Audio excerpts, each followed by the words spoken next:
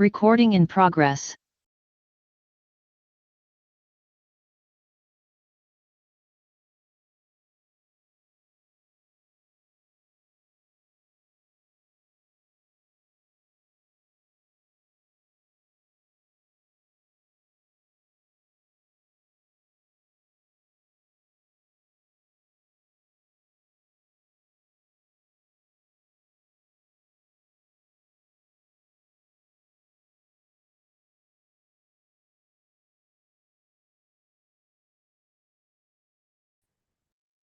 Okay.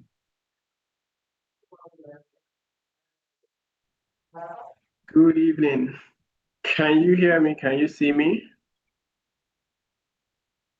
Yeah, we can.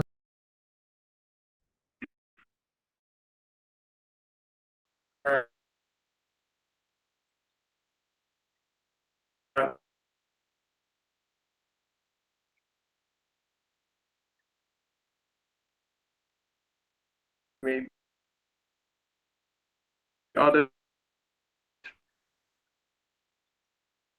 after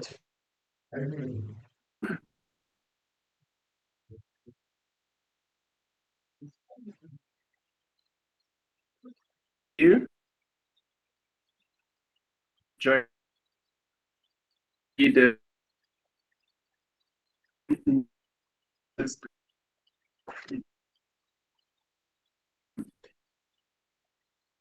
believe that this 25 minutes, and just so that I don't lose track of what I want to say, I have something a bit documented here so that it guides my thoughts process. But the topic we are looking at, or the theme we are looking at, is the African startup ecosystem, the opportunities and the challenges. So if you are here, I believe that you have a solution that you're working on, or you have a problem that you're trying to solve, or you have an organization that you're trying to build. In one way or another, you are contributing significantly to what is happening in Africa.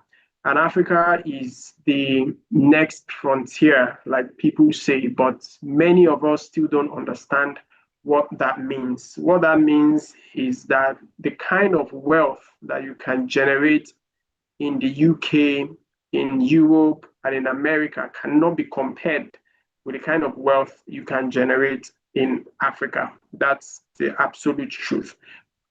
And that's why if you walk to the airport or take a stroll to the airport, the international wing, you would see a lot of foreigners that are, flying into the country. It will also amaze you that there are a lot of foreigners that are claiming nationality as Nigerians in order to be able to access some of the opportunities that are here in this country.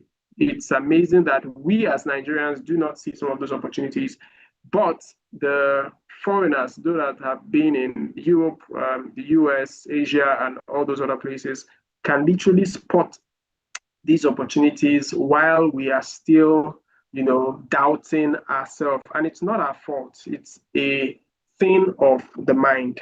You see, spotting opportunities is a skill, actually. It's a skill. Your mind can be trained to spot opportunities. And that's what happens when you check the top people that are leading organizations in Africa that have built extremely good businesses.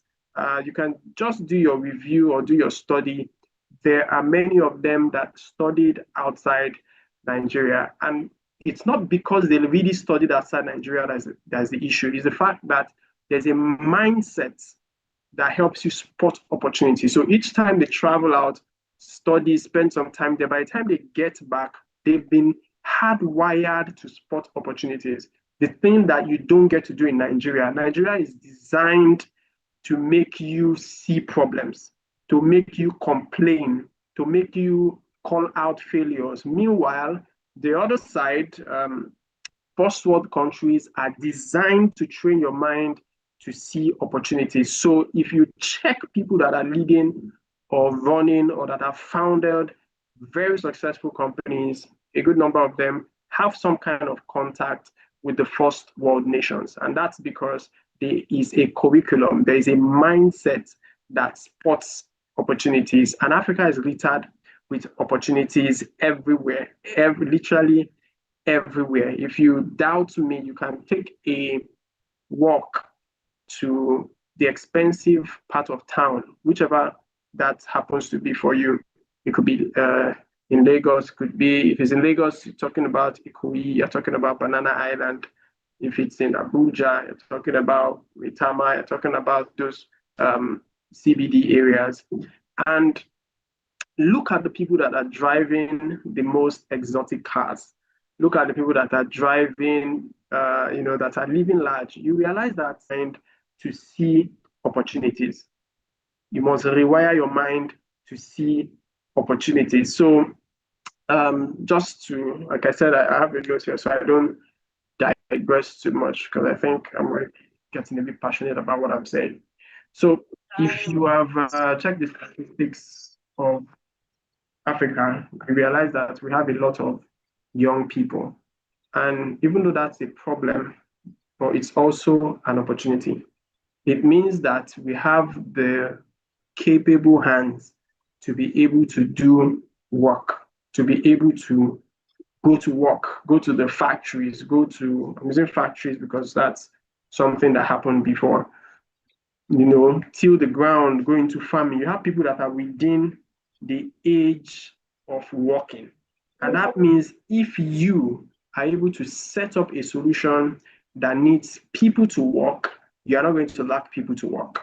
I don't know if you get what I'm saying. So the opportunity of young people in Africa makes it a very, very, potent place to build something that is, sustainable, to build something that can scale.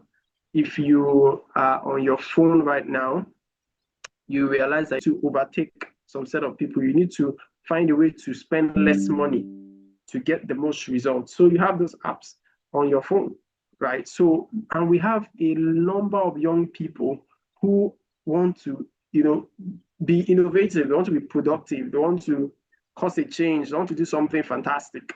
So they also have those apps. So if you are a creator of a solution, you already know that you have people that are going to, the word patronize, if I can use that word, you have people that are going to patronize you. So the fundamental thing about Africa is the population.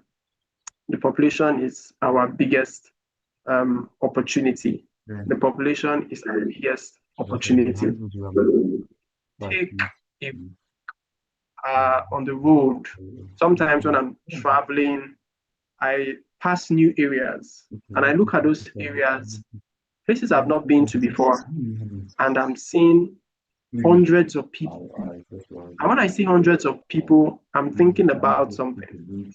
I'm thinking about some organizations like P&G, organizations like Nestle, because they are organizations like Dangote, because they're offering services that almost everybody needs. So each time I get to a new location, all I'm thinking is, so you mean these guys use peak milk here? You mean these guys use Dangote cement here? You mean these guys use cowbell here? And I'm just thinking of how much money they are making. Why? Because there is population.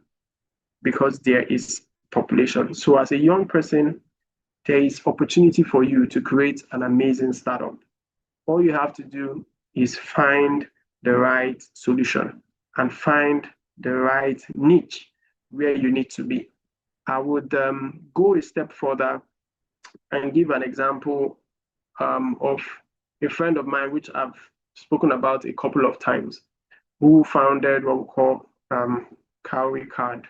Cowrie Card is the card I used to transport yourself if you're in Lagos, if you're using the BRT system.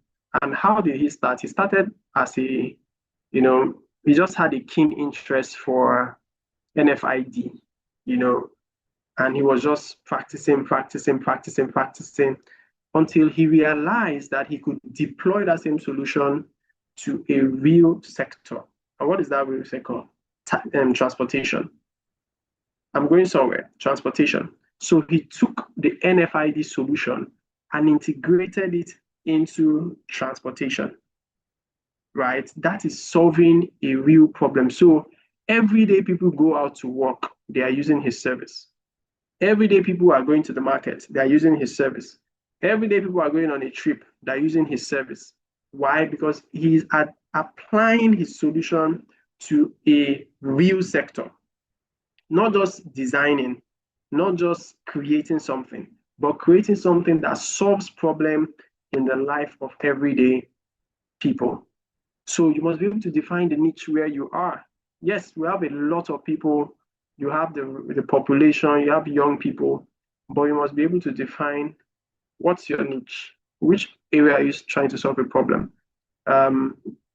People go into coding, people go into designs, people go into cybersecurity, people go into a lot of things because it's tech and they believe there's a lot of opportunity. But one of the disfavor you can do to yourself is to be unable to apply it to a particular area or a particular real sector that solves an actual problem.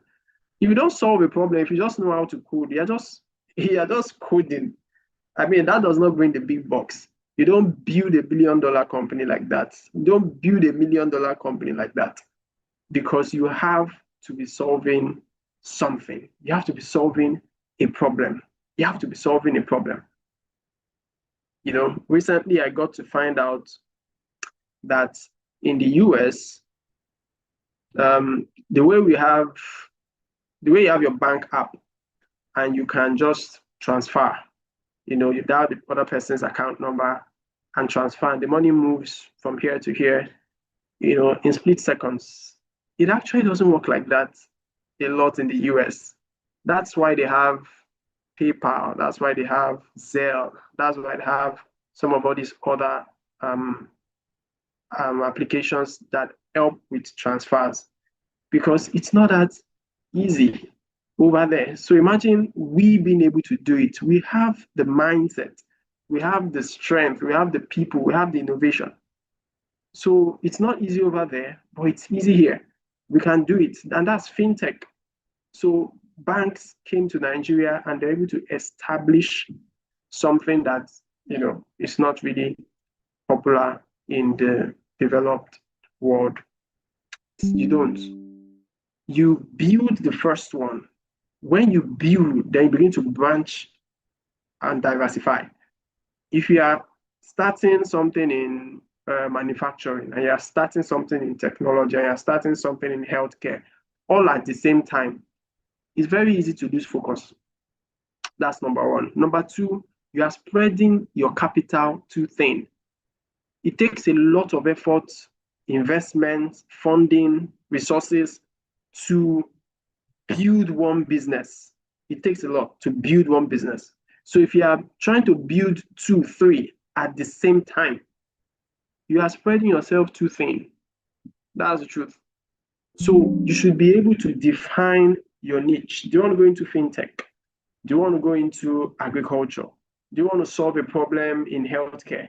Do you want to solve a problem in education? Whichever area you desire to, start with that one first. I almost said I'm begging you because I'm literally begging you. Start with the first one. Understand the ecosystem of that industry. Understand the power players in that industry. Understand the people that hold the market share in that industry. That way you know what you're fighting with. You know how to channel your strategy, you channel your marketing, channel your tactics. If you are everywhere, it doesn't help. It doesn't help.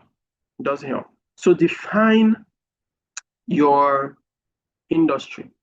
Are you in fintech? Are you in healthcare? Are you in education? Fintech, for instance, is still, there's still a lot of things that can happen there. Even though, to be honest with you, some of the new solutions that are coming out in fintech are not really solving problems. They are copy and paste solutions because financial inclusion, which I believe everybody here understands, is still very low. Financial inclusion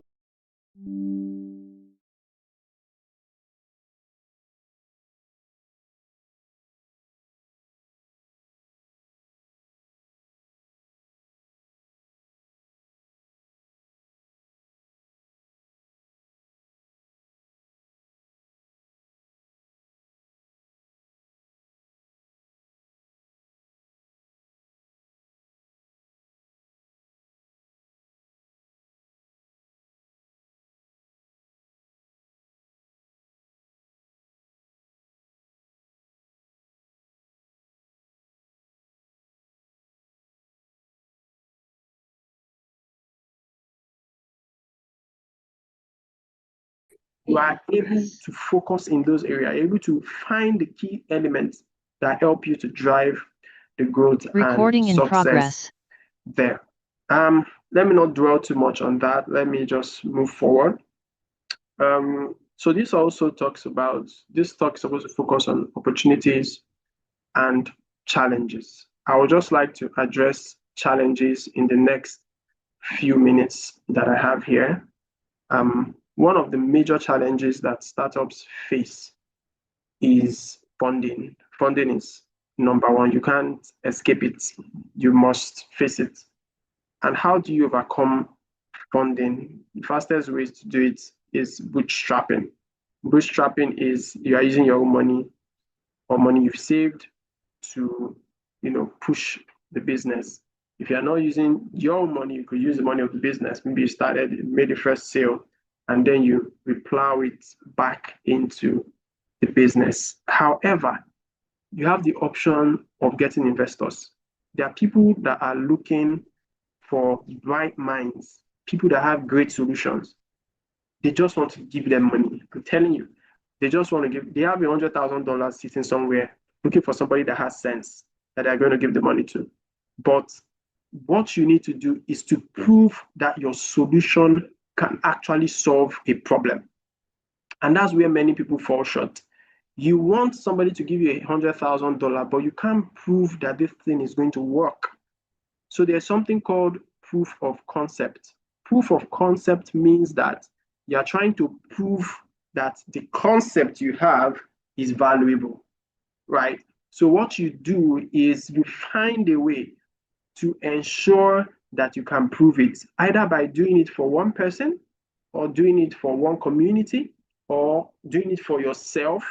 All you have to do is show that this thing I'm talking about is valuable. You can prove it. You have evidence, you have data, you have a video to show that I can deliver with this. I can say for sure that this thing is valuable. So if you are looking for investment or funding from investors, either venture capitalists, angel investors, sometimes even family and friends, it will be wise to have a proof of concept. And I've already explained what a proof of concept is. Another challenge, I'm trying to run fast, another challenge that you are definitely going to face is that of infrastructure. If you live in Nigeria, there is a big infrastructure issue. Power is a big issue. Internet is a big issue. Workspace is a big issue. And you have to be creative to find your way around this. How do you solve this? Join a community. Join a community where maybe you might be able to share workspace. Join a community where they can tell you on how to access, maybe there's a free Wi-Fi somewhere, or there is a grant somewhere for data for people in a particular area. Those are things that the community does for you. Okay, so but infrastructure is an issue. And these challenges I'm mentioning are also opportunities if you look at it in the right way, because if you are here and you are facing a challenge on infrastructure, maybe there's no workspace in your area and you decide to turn your house to a workspace and make it nice and say that any other person that wants to come and use it is going to pay, and then there'll be internet and everything. You've already solved the problem for people and you're going to be making money out of it. So every challenge is actually an opportunity if you look at it critically. Okay.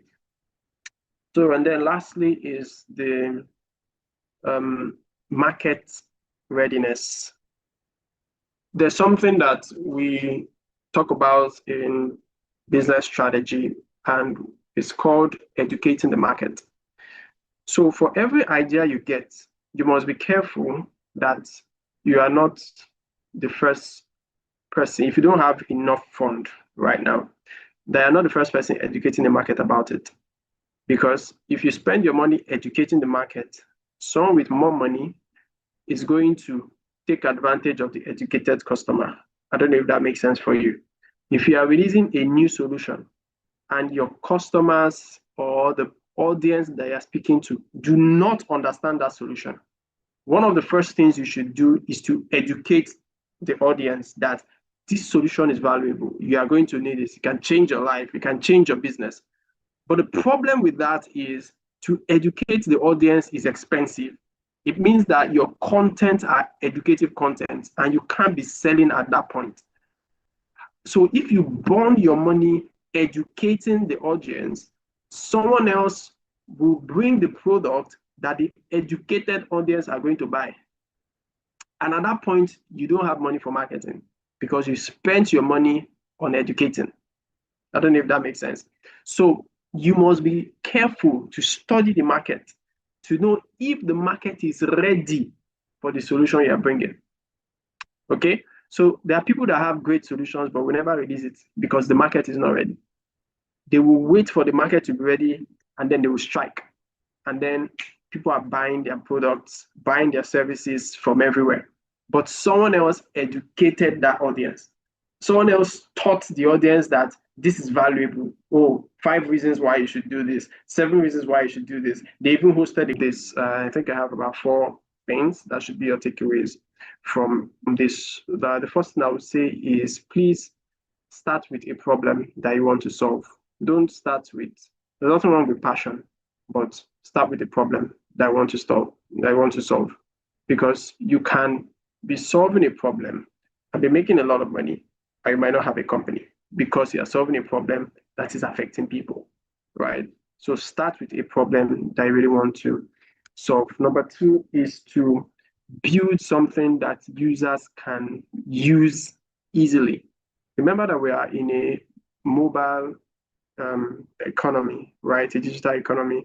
If you are building a product that people are not going to use on their smartphone, there's a problem, right? Because everybody wants to download the app, everybody wants to go to the web app and use it. So even if your solution is a physical solution, how do people access that solution through the internet? How do they access that solution on their smartphone, right? Smartphone penetration is gradually increasing. The number of people that are using smartphone is increasing every day. So if you are thinking of any solution, you should be thinking of how people are going to get it on their phones.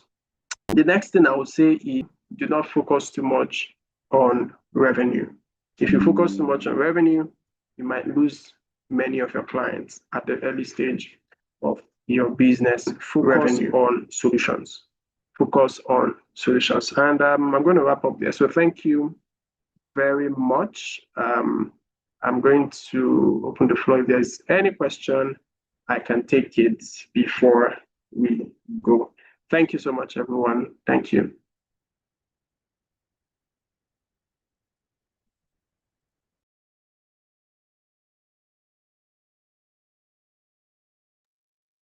So over to the moderator, and then if there are questions, we can take it. Questions? Wow, wow, wow. It's been awesome. I mean, I sincerely want to say thank you so much, sir. Thank you so much, sir. For those who don't know, I'm able speaker. He's Mr. Freeze Chigbundu. I didn't introduce him earlier. Right? It's an awesome man, awesome mentor as well. Right? I've learned so much from the opportunities that are in Africa down to how to utilize it and starting local and every single thing. So yeah, this is not my time.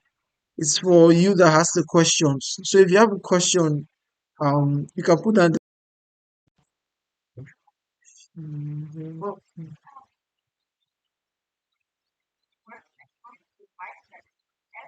What is that? It's ended. Wow. It's free. We have to start again.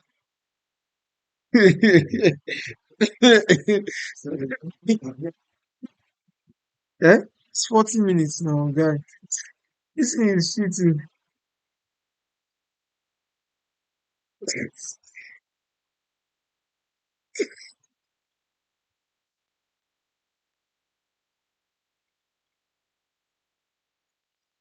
Guy, I'm deleting this video. Right.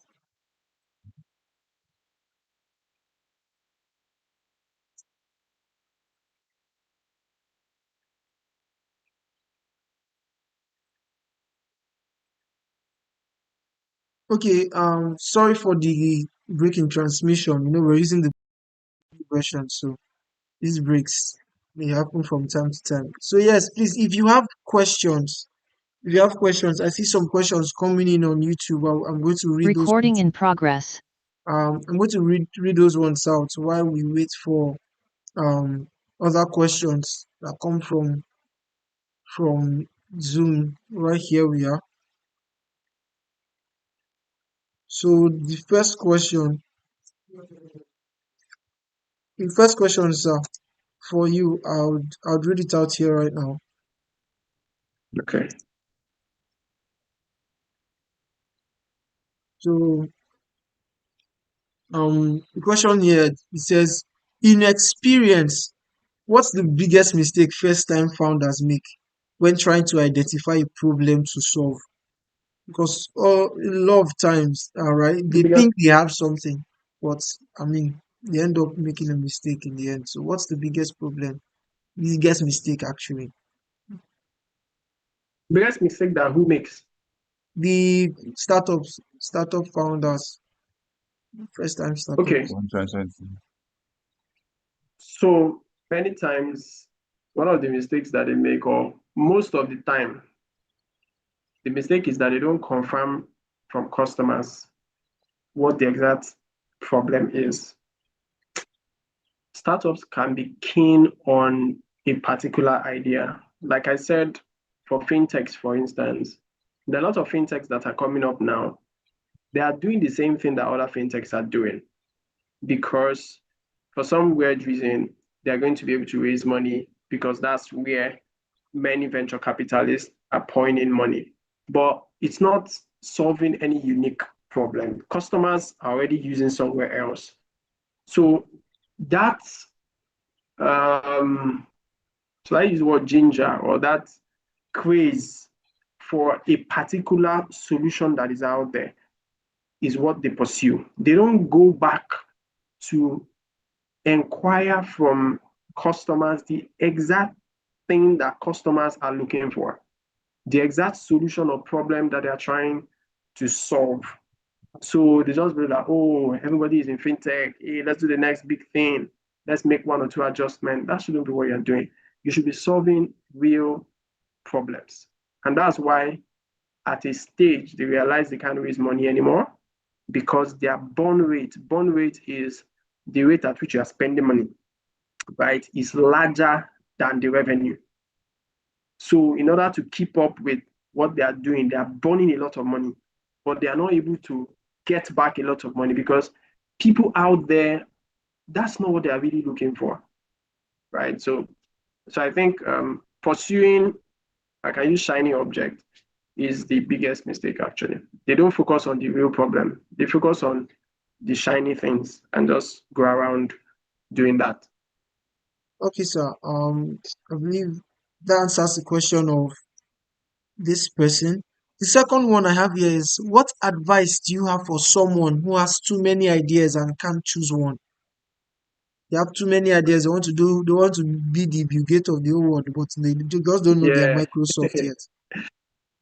Find the seductive idea. So there's something called seductive goal. This is in planning and strategy. There's something called seductive goal, but you can adopt it when doing a startup. There's a seductive idea. What a seductive idea means is there's an idea that once it's achieved, it seduces the other, it attracts the other ones, right? So there's one main idea that if you're able to achieve can accommodate the other ones. That's one of the things. But also, there's one main idea that you might have the resources, talent, and skill to effectively deliver right now. So you start with that. And then if you are the kind of person that is a multi-potentialite is somebody that is able to do multiple things very well at the same time. Just be strategic to say, right now, which do I have the main skill for? which do I have access to resources for, which can I give the next 6 to 12 months on. If you're able to answer these 3 questions for any particular one, run with that one first. And then when you spend at least a year building that one, you can, diversify into the next one. So I think this question is for somebody that is a multi-potentialite. So you do back-end design, you can also sing, you're also good in raising money. So you're just doing many things. There's one idea, one goal that harnesses all of them. That's a seductive goal or seductive idea. It has a way of bringing the other things. Your job is to locate that one and push that one first. Once you do that, you see the other ones begin to, make sense. I hope that helps. Yeah, it does. Thank you so much, sir. This last question is from me, myself, right? Okay. And it's, can you walk us through the first time you turned the problem into a successful solution? Like, what did the journey look like? How was it for you?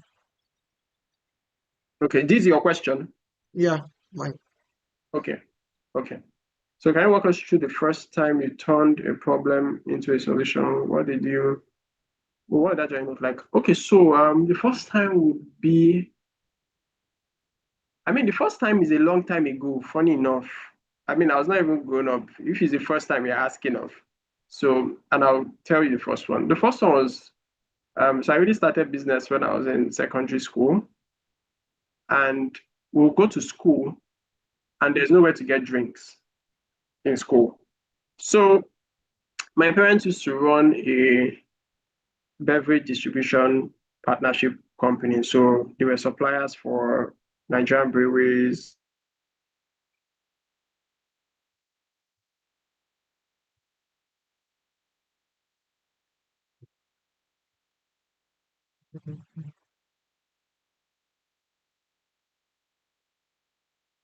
School, So, right? There are 2 things I could not get. Yeah, you want to say something? no, we're not hearing you initially, but we can hear you now. Okay, great. So there are 2 things I could not get when I was in secondary school that I liked. Number one was drinks.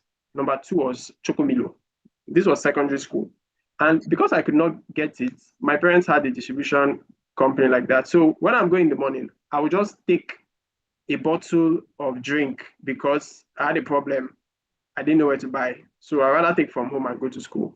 And then as I was going, I would also buy chocomilo, right? And go to school.